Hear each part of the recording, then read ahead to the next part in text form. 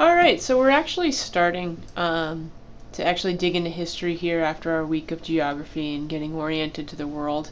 And so what I want to do is make sure that we're all starting from a common place as we look at this first week where we're looking at the Renaissance and the Reformation. But we have to understand the world at around 1500. So what I'm going to do is just give us a snapshot of the world in 1500. And you have to know that in Europe, it's actually a pretty dark place. In Europe, this little nursery rhyme is coming to be. Ring around the rosy, pocket full of posies, ashes, ashes, we all fall down. And that, of course, is a rhyme based on the bubonic plague. And what the bubonic plague is it's prior to this, and it's kind of like, it's a big event, but it's also one of those markers. So it's coming in the middle of the 1300s, but you have to know that the bubonic plague is still around now, and it was before that. But what had happened was, this was a cataclysmic event in Europe because about a third of the population of Europe died. And what it meant was that set up an atmosphere for change, and that's where we're going to be entering history.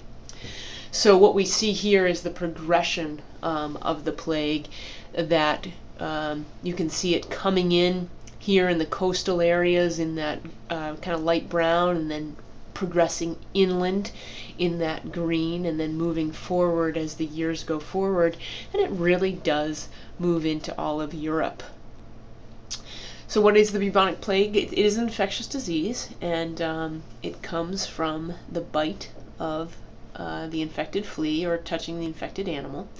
It's pretty gross. You get these black, huge boils kind of around your lymph node areas, and apparently it's horribly painful to die this way.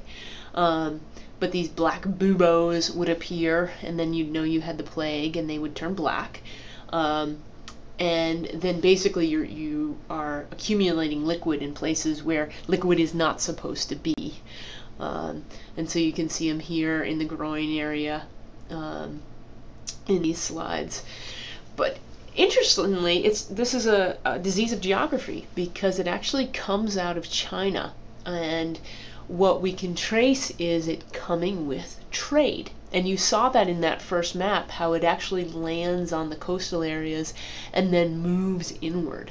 And it comes, of course, from the fleas on the rats. So as the rats are transported in either ships or caravans, here's your first globalization here. So we're not even talking about bird flu or Twitter. We're talking about the globalization of the rat flea.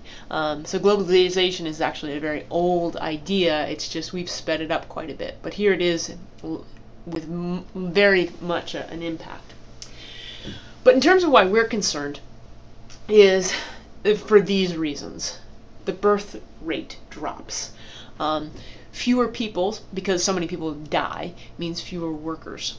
And what happened here is this changed the economy. This is why this is so important.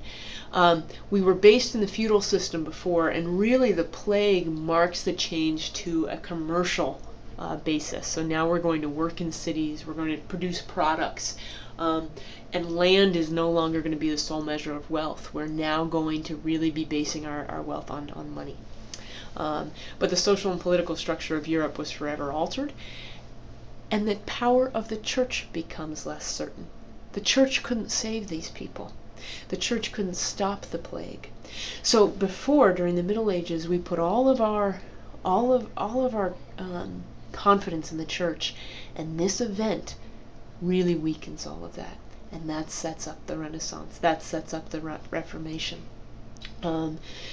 We see a lot of what's coming out of this time as being very dark indeed. This is a later painting called The Triumph of Death, but it's based on an earlier fresco, and death is really on people's minds because death is something that happens quite a bit.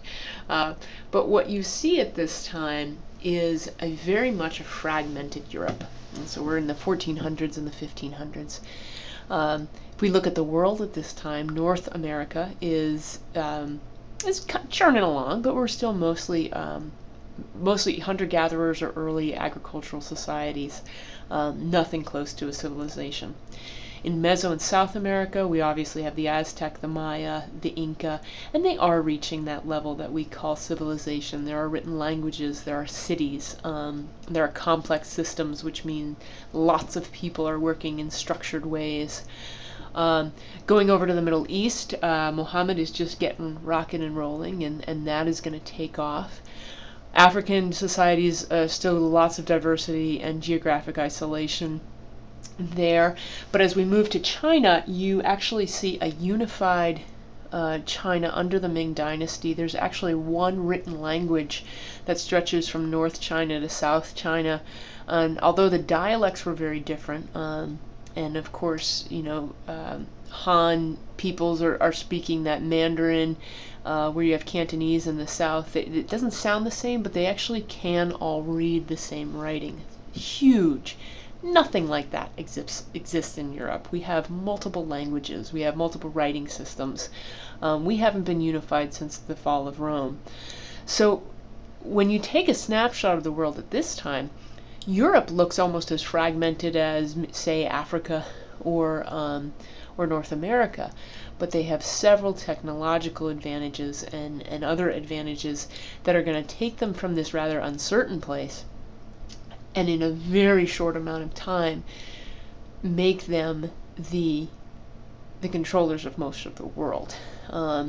So that's what we want to look at. We want to look at what happened in the late 1400s, early 1500s, 1600s. We're talking about exploration, the Renaissance, the Reformation sets up Europe to really be the driving force behind what's happening in the globe, and this homogeny that we see coming out of the 1800s.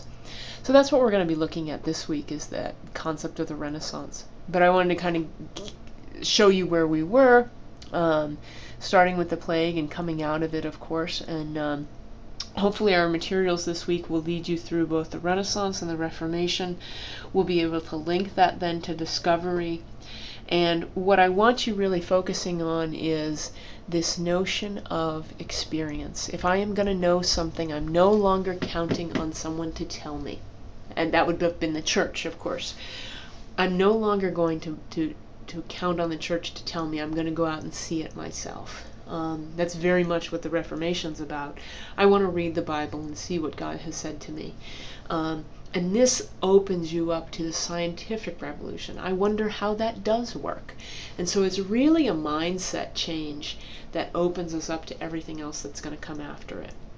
And it is, as much as it's still very much based in Christianity when you talk about the Renaissance, yes, but not the old Christianity, not the old Catholicism. And we're going to see that evolve as we go. So hopefully this will be an interesting week for those of you who like the Renaissance. This is good, but I know not everyone's going to be happy with how short a time we spend here, but we just have to keep moving to see the results that go. I will never spend this much time talking again, I promise. Okay?